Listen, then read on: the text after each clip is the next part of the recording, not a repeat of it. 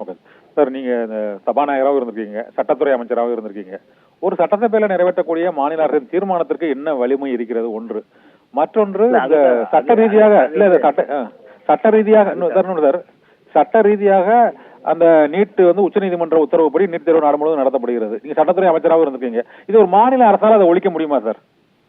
அதுதாங்க ஏமாற்று வேலைங்க. இது ஏமாற்று வேலை. அதாவது நான் என்ன சொல்றேன்னா, ஏமாற்று வேலை என்ன பண்ணணும்? 3 வருஷத்துக்கு முந்தி தேர்தல் காலத்துல நீட்டை ஒழிக்கிறேன்னு முதல் கையெழுத்து போடுறோம்னு சொன்னாங்கல்ல. கையெழுத்து போட்டு ஒழிக்க வேண்டியது தானே.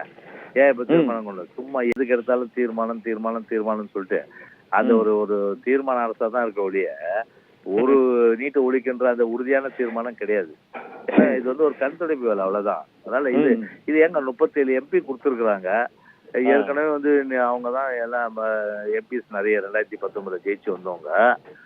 அதை வச்சு என்ன அழுத்தம் கொடுத்தாங்க இதுவரையிலும் சொல்லுங்க பாக்கலாம் சென்ட்ரல் கவர்மெண்ட்டுக்கு. சரி, இப்ப போனவங்க மட்டும் என்ன போய் பெருசா அழுத்தம் கொடுத்துட்டாங்களா சொல்லுங்க. பார்லிமெண்ட்ல கூட என்னன்னா நீட் தேர்வு குளறுபடி கொடுத்துதான் சத்தம் போட்டாங்க இல்லையா, நீட்டை ஒழிக்கணும்னு சொல்லி ஒத்த கல்ல நிக்கலையே. அப்போ சும்மா ஏமாத்துற வேலை, அவ்வளவுதான்.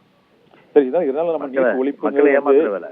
சரி மக்களே, இது அது ஒத்துக்கிறேன் சார். ஆனா இந்த நீட் ஒழிப்புங்கிறது இன்னைக்கு இது 7 வருஷத்துக்கு முன்னாலே தமிழ்நாட்டில் இழந்துட்டு அங்க இன்னைக்கு நாடு முழுவதும் இழந்திருக்கு. அதனால இது வந்து நம்ம தமிழகத்துல அனைத்து கட்சிகளும் வச்ச அந்த நீட் ஒழிப்புங்கிறது வந்து இந்த திமுக அதிமுகல இருந்து அந்த அணுகுமுறைகள்ல மாற்றங்கள் இருக்கலாமே தவிர அது அகற்றப்பட வேண்டும் என்பதில் வந்து மாற்றம் இல்லை என்கிறத சார் ஏற்றுக்கொள்ளக்கூடியதாக இருக்குது. நீங்க என்ன ஒரு மாநில அரசால ஒழிப்பதுக்கு அடுத்து என்ன நடவடிக்கை இருக்குன்னு நினைக்கிறீங்க? நீங்க சொல்லுங்களேன். இல்லங்க, இப்போ வந்து இதே ஒரு நல்ல கேள்வி கேட்டீங்க. ஒரு உதாரணம் சொல்றேன். இப்போ வந்து இடஒதுக்கீட்டுல வந்து 50% மேல கூடாதுன்னு சொல்லிட்டு உச்சநீதிமன்றம் தீர்ப்பு கொடுக்குது. அப்ப அம்மா வந்து அது உச்சநீதிமன்ற தீர்ப்பு தான் அதை நம்ம ஒத்துக்குன்னு போனோம்னு சொல்லிட்டு ஒத்துக்கிட்டாங்களா? இல்லையே. அன்னைக்கு நான் கூட பேக்வர்ட் கிளாஸ் மினிஸ்டர் இருந்தேன். ஃபைட் பண்ணாங்கல்ல. என்ன பண்ணாங்க? ஆல் பார்ட்டி மீட்டிங் நடத்தினாங்க. டெல்லிக்கு டெலிகேஷனை கொண்டு போனாங்க. Prime minister 1-to-1 appointment brief பண்ணாங்க.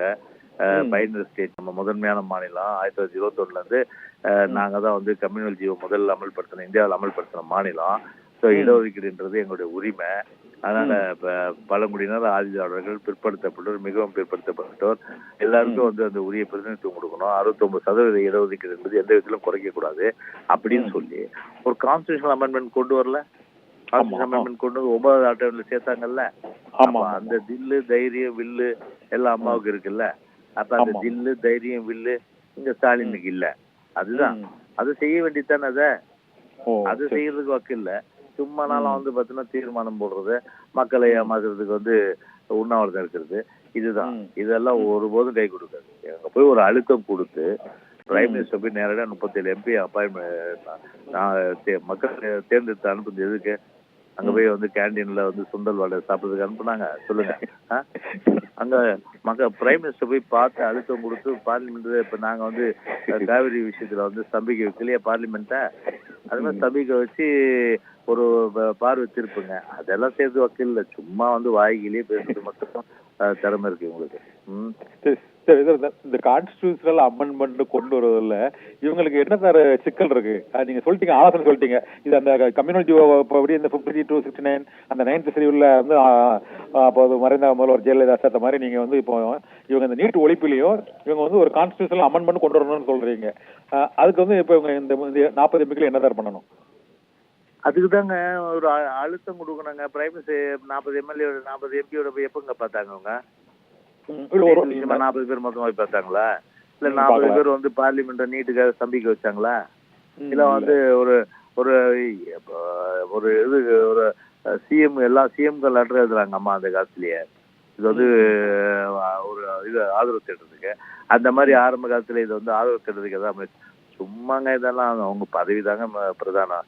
அந்த பதவி சுகத்தை அனுபவிச்சுன்னு போவாங்களோ ஒழிய நாட்டு மக்களுக்கு வந்து அது எக்கேடு கெட்டு போனா என்ன, எதை பத்தி கவலைப்படாத ஒரு அரசாங்கம் தான் இந்த திமுக அரசாங்கம். சரி, நடிகர் விஜய் கூட கூட்டணி வைப்பீங்களா 2026ல? காவேக்கா அதிமுக கூட்டணி வைக்குவா? அது இப்ப எலெக்ஷன் வரட்டும்.